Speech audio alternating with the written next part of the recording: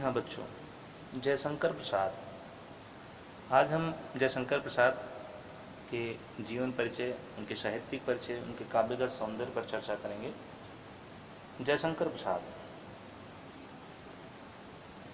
अगर जयशंकर प्रसाद को हम इस तरह से दो शब्दों में समेटने का प्रयास करें उनके जीवन परिचय को, तो हम कह सकते हैं काशीवासी दानशील शिवरत्न पुत्र देवी प्रसाद, जिनके सुत कविवर जयशंकर हिंदी के गौरव प्रसाद, संबत 1946 विक्रमी में जिनका अवतार, छायावादी युग के सृष्टा, उच्च कोटि के नाटक का। इस तरह से अगर हम देखें तो इन चार पंक्तियों में जयशंकर प्रसाद की सामान्य जीवन परिचय को समेट दिया गया है। इनके साहित्यिक परिचय, उनके जीवन परिचय की बात अगर हम करें तो हम जानते हैं कि प्रसाद जी भारतीय संस्कृति के अनन्य साधक, सच्चे राष्ट्र प्रेमी एवं मानवतावादी साहित्यकार के रूप में जाने जाते हैं। छायावादी युग के प्रवर्तक, उन्नायक जयशंकर प्रसाद का जन्म संबत 1946 विक्रमी में, हम जब इसको सन बनाते हैं तो सन 1890 ईस्वी निकल के आता है। कहीं कहीं आपको 1889 ईस्वी भी जयशंकर प्रसाद की जन्म समय निर्धारित किया गया है, पर 1890 ही ज़्यादा मान्य है, उसी को माना जाता है। तो प्रसाद का जन्म सन 1890 ईस्वी में काशी में सुंघनी साहू नामक एक वैश्य परिवार में हुआ था। अल्पायु में ही इनकी माता पिता का देहांत हो गया। 12 वर्ष के जब ये हुए तो इनके बड़े भाई का भी देहांत हो गया, जिसके कारण इनकी शिक्षा दीक्षा का जो क्रम था वह बीच में ही टूट गया।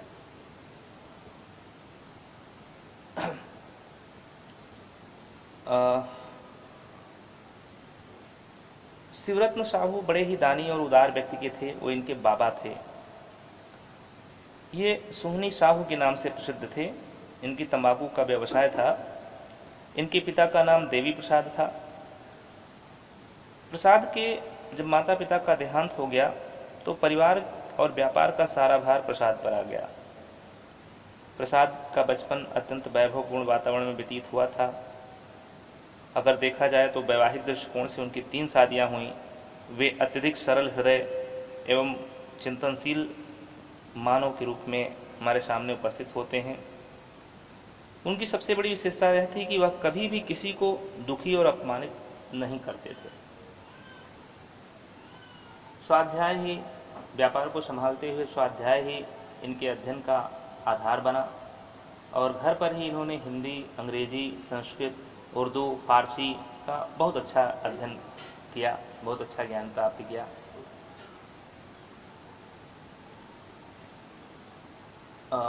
परिजनों की मृत्यु, अर्थ संकट और अंततः जब पत्नी का भी वियोग हो गया, पत्नी की भी मृत्यु हो गई, इन सभी संघर्षों को अत्यंत जीवटता से झेलते हुए यह अलौकिक प्रतिभा संपन्न युग सृष्टा साहित्यकार हिंदी के मंदिर में अपनी अपूर्व गंधमय रचना सुमन अर्पित करता रहा, और अंततः 15 नवंबर 1937 ईस्वी में मात्र 48 वर्ष की उम्र में राजयक्ष्मा रोग से पीड़ित होकर हिंदी साहित्य के एक अध्याय का ये पटाक्षेप कर गया। अब आइए इनके साहित्यिक परिचय पर हम एक दृष्टिपात करते हैं। आप जानते हैं जयशंकर प्रसाद छायावाद के उन्नायक एवं प्रवर्तक के रूप में जाने जाते हैं। इच्छा, ज्ञान और क्रिया के सामंजस्य को उच्च मानवता के रूप में इन्होंने प्रतिष्ठापित किया। प्रेम एवं सौंदर्य इनके काव्य का, इनकी कविता का प्रधान विषय रहा है, सबसे केंद्रीय विषय रहा है। प्रेम और सौंदर्य के इर्द गिर्द ही इनकी सारे काव्य, इनकी सारी कविताएं घूमती रहती हैं। अनुभूति की तीव्रता, वेदना, दुख जिसे कहते हैं, कल्पना प्रवणता प्रसाद काव्य की ये अन्य विशेषताएं मानी जाती हैं। प्रकृति को सचेतन, इन चैतन्य अवस्था में अनुभव करते हुए उसके पीछे परम सत्ता का आभास, ये जयशंकर प्रसाद का रहस्यवाद माना जाता है। आगे अगर हम इस तरह से कहें कि द्विवेदी युग से काव्य रचना प्रारंभ करने वाले जयशंकर प्रसाद छायावाद के जन्मदाता और आध्यात्मिक आनंदवाद के प्रतिष्ठापक के रूप में जाने जाते हैं। इनके गीतों में कहीं पर तो प्रकृति सौंदर्य हमें दिखाई देता है, तो कहीं प्रणय की तीव्र अनुभूति, तो कहीं रसात्मकता के भी दर्शन हमें होते हैं। प्रसाद की प्रारंभिक रचनाओं में संकोच और झिझक होते हुए भी कुछ कहने को आकुल चेतना के दर्शन होते हैं। ऐसा लगता है जैसे प्रसाद कुछ कहना चाहते हैं पर कह नहीं पा रहे हैं। चित्राधार में ये प्रकृति की रमणीयता और माधुर्य पर बहुत ही मुग्ध होते हैं, तो वहीं प्रेम पथिक में प्रकृति की पृष्ठभूमि में कवि हृदय में मानव सौंदर्य के प्रति जिज्ञासा का भाव जगाते हैं। इनकी कविता में माधुर्य तथा पद लालित्य भरा हुआ है। माधुर्य पक्ष की ओर स्वभावतः इनकी प्रवृत्ति होने से रहस्य भावना में भी वही संजोग वियोग वाली भावनाएं हमें दिखाई देती हैं। वहीं आंसू में प्रसाद का उत्कृष्ट गंभीर विशुद्ध मानवीय विरह काव्य हमें दिखाई पड़ता है, जो प्रेम के स्वर्गीय रूप का प्रभाव छोड़ता है। इसीलिए कुछ लोग इसे आध्यात्मिक विरह का काव्य मानने का आग्रह करते हैं। यदि हम कामायनी की बात करें तो कामायनी प्रसाद काव्य की सिद्धावस्था है, उनकी काव्य साधना का पूर्ण परिपाक है। यहाँ पर कवि ने मन और श्रद्धा के बहाने पुरुष और नारी का शाश्वत स्वरूप एवं मानव के मूल मनोभावों का काव्यगत चित्र अंकित करने का प्रयास किया। मानवीय संवेदना प्रसाद काव्य का प्राण है। प्रकृति को सचेतन उन्होंने सर्वत्र अनुभव किया है, जो उनका रहस्यवाद भी माना जाता है। प्रसाद का रहस्यवाद साधनात्मक नहीं है, वह भाव सौंदर्य से संचालित प्रकृति का रहस्यवाद है।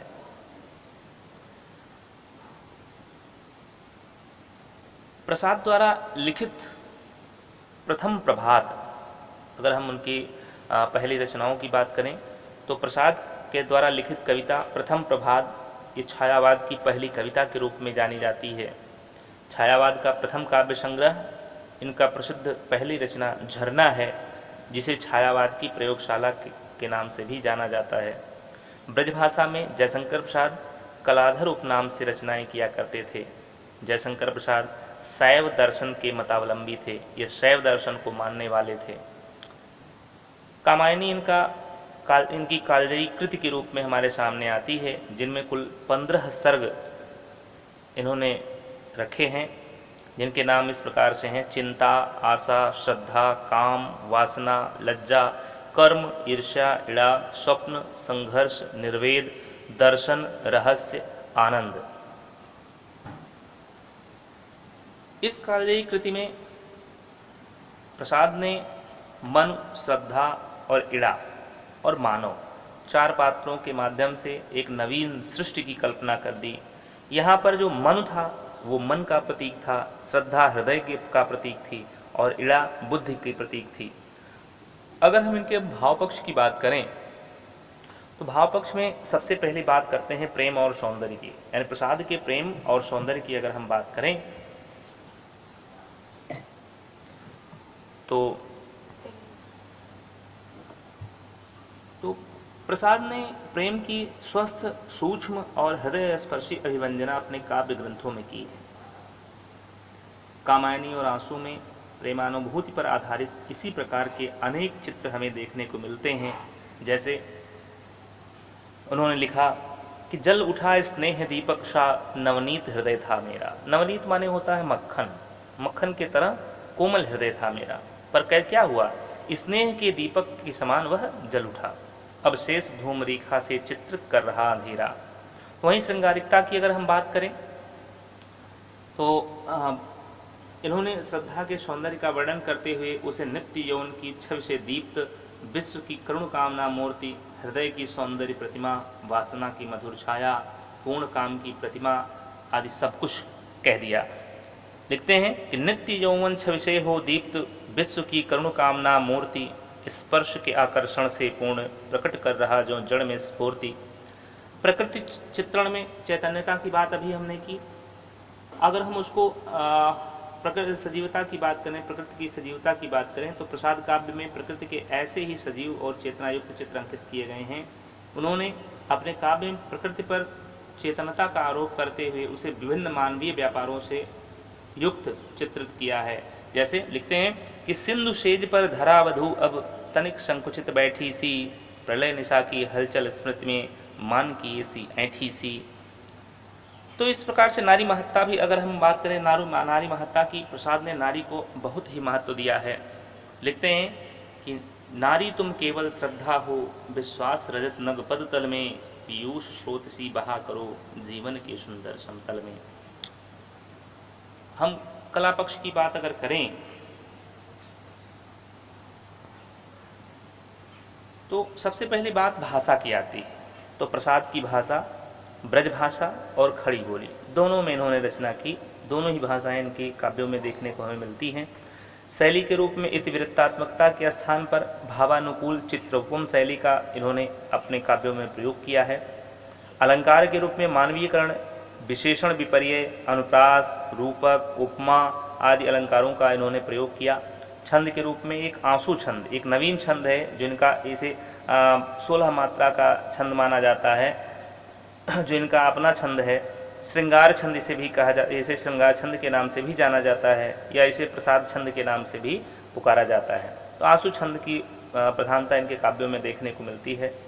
रस श्रृंगार रहा है, वियोग श्रृंगार, संयोग श्रृंगार दोनों का प्रयोग इन्होंने किया। शब्द शक्ति के रूप में लक्षण और व्यंजना, अभिधा का प्रयोग इन्होंने नहीं किया, बल्कि लक्षण और व्यंजना, कामायनी में सर्वत्र व्यंजना शब्द शक्ति का प्रयोग हमें दिखाई पड़ता है। अभी आप जब आगे अध्ययन करेंगे श्रद्धा मनु का, तो वहाँ पर आप देखेंगे व्यंजना, एक एक शब्द में पूरे पूरे वाक्यों को समेट कर प्रसाद ने रख दिया है, जिसे व्यंजना शब्द कहते हैं। गुण के रूप में अगर हम देखें तो माधुर्य गुण हमें इनके काव्यों में दिखाई पड़ता है। इस तरह से भाव और शिल्प दोनों तरह से जयशंकर प्रसाद युग प्रवर्तक कवि के रूप में हमारे सामने उपस्थित होते हैं। द्विवेदी युग के काव्यादर्श के विरोध में छायावाद का सूत्रपात करने वाले जयशंकर प्रसाद पहले व्यक्ति माने जाते हैं। हिंदी साहित्य में स्थान की अगर हम बात करें तो डॉक्टर राजेश्वरी प्रसाद चतुर्वेदी के शब्दों में उन्होंने लिखा कि वे अर्थात जयशंकर प्रसाद छायावादी काव्य के जनक और पोषक होने के साथ ही आधुनिक काव्यधारा का गौरवमयी प्रतिनिधित्व करते हुए हमारे सामने दिखाई पड़ते हैं। इस तरह से जयशंकर प्रसाद अपनी लेखनी से हिंदी साहित्य की जो सेवा की वह सदैव स्मरणीय रहेगी। यदि हम इनकी रचनाओं के बारे में बात करें तो आप जानते हैं प्रसाद ने अधिकांशतः काव्य में ही प्रसिद्धि प्राप्त की है। इनको कवि के रूप में ही सबसे अधिक माना जाता है, लेकिन कवि नहीं, प्रसाद एक नाटककार, एक कहानीकार, एक उपन्यास के रूप में भी हमारे सामने आते हैं। हम काव्य के रूप में अगर देखें तो कानन कुसुम, प्रेम पथिक, करुणालय प्रथम गीत काव्य भी हिंदी साहित्य का माना जाता है। झरना है छायावाद की प्रथम रचना मानी जाती है। आंसू, लहर, कामायनी, उर्वशी, कामायनी आप जानते हैं हिंदी साहित्य की कालजयी कृति महाकाव्य के रूप में भी हमारे सामने आती है। नाटक के रूप में अगर हम देखें तो प्रसाद एक प्रसिद्ध नाटककार के रूप में हमारे सामने उपस्थित होते हैं। तो उसमें चंद्रगुप्त, स्कंदगुप्त, अजात शत्रु, ध्रुव स्वामिनी, एक घूंट, कामना, विशाखदत्त, राज्यश्री, कल्याणी, प्रायश्चित, ये सभी प्रसाद के नाटक के रूप में हमारे सामने आते हैं।